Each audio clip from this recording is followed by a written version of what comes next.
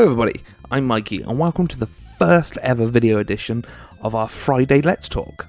Well, Let's Talk, unpopular opinion, get off the fence, it changes from week to week. Either way, all you need to know is that every Friday we'll be getting together as many of our talented writers as possible to discuss a certain topic. And this week we'll be discussing game series which benefited from changing up the norm. With Darksiders Genesis debuting on PC and console soon, we have been deep in discussion about series that break their genre norms and come out the better for it. It is a tricky line to balance that not many games out there can pull off. Travis Strikes Again? We're looking at you. It's something that is regularly done with music, TV and film, but rarely done with games. And whilst you might not agree with some of our choices here, these are some of the best examples of games that have stepped away from their norms and broke their genre conventions. So, let's not waste any more time. First up, it's Will. Now, see, my choice caused a lot of internal debate, particularly from Luke, of all people. I'm going to go for God of War. Now, might not seem like a big change, but to me, going from a hack and slash game to a story-driven deep adventure game is a colossal change, and Santa Monica went really left field with it. Out of nowhere to just create something that beautiful from something that everyone just knew was the game where you mash square and swing swords at people. We're looking forward to a sequel, possibly. Will they change up the system again? Possibly not, but I'm looking forward to finding out. Come on, we'll see what happens. Ragnarok awaits. Wow, that was something, that fight. This is obvious, isn't it? It's Legend of Zelda Breath of the Wild. Now, the Zelda games in the past have always been changing in one way or another, breaking into different time streams, different universes, different art styles, whether it's a top-down game or a 2D game or a 3D game. But Breath of the Wild launches the player into a whole new experience. Suddenly, you have to think about the durability and effectiveness of your weapons before going into battle because they might break. You've got to be conscious about your health. You can cook food to boost it, but there's no more hunting for hearts. Well, not in the traditional sense. You can get different outfits for different environmental tasks, which in some situations are absolutely vital for survival. But most importantly, you're dropped into a great big open world, and it's your choice where you go, when you go, and what you do. I think we can all agree on this one. Breath of the Wild truly shook up the series and gave us a game that felt so different, yet so familiar. There's no arguing it was a huge success, and I think that Breath of the Wild 2 will bring more shake-ups.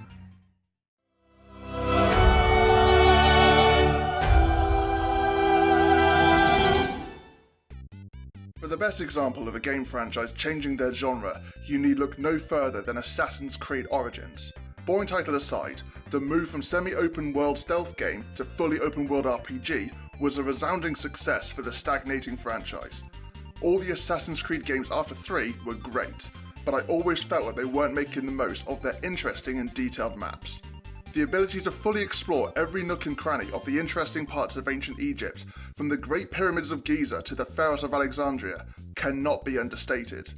The team at Ubisoft even doubled down on this brilliant change by introducing Discovery Tour mode, which would lead you around locations of your choice and give historical facts about each place. While this is not for everyone, I know I was enraptured by a tour I took of the city of Alexandria, learning about the Egyptian culture of the time.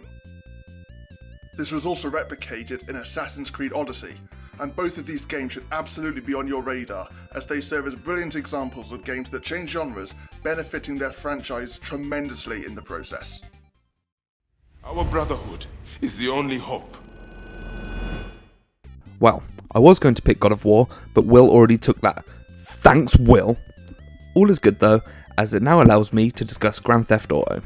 Okay, I realise that GTA didn't go changing up its genre completely. It's always remained an open world sandbox game, but you cannot deny the massive difference in presentation when the series jumped from PS1 to PS2. Only other golden oldies like myself will remember that it started as a simple but enjoyable 2D top-down experience. But come GTA 3 on the PS2, the game had grown into an entirely different beast. It was now a gigantic 3D third-person shooter where the player got to see Liberty City like never before. This new direction would take the gaming world by storm, and became the benchmark for pretty much every open world game ever since. It acted as a launching pad for future GTA titles, which will go on to break every sales record imaginable. It's almost unbelievable to think back to what this series originally started as, compared to what it went on to become. Yes! Woo! Welcome back, man! You know what, for me, I think an example of a game that goes from one specific genre in one title to suddenly changing up gears in the sequel, one game that I really like is between Jak 3 and Jak X.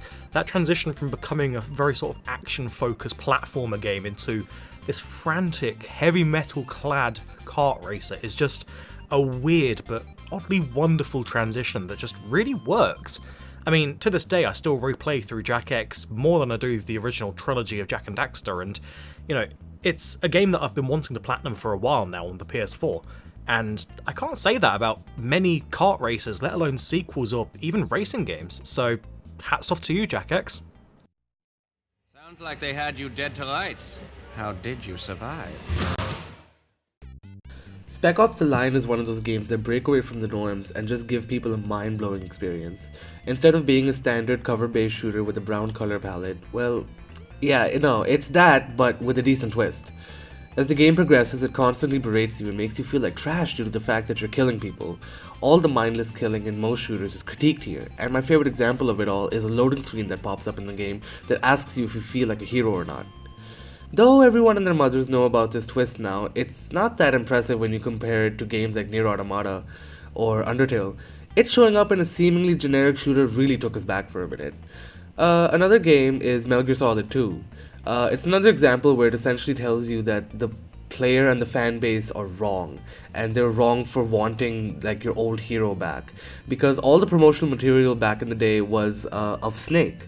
Snake was there the entire time and people were just excited to play Snake again, but once you boot up the game, you get to play with him for maybe only like half an hour, and then you get to play as Raiden, who is the new protagonist.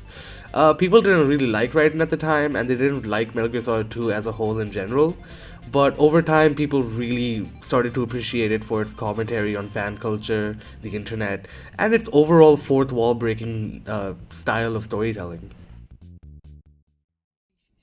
We need to remember to spread the word, and that's what keeps me alive. When I think about a game which has switched genres between sequels, I really want to get weird with this.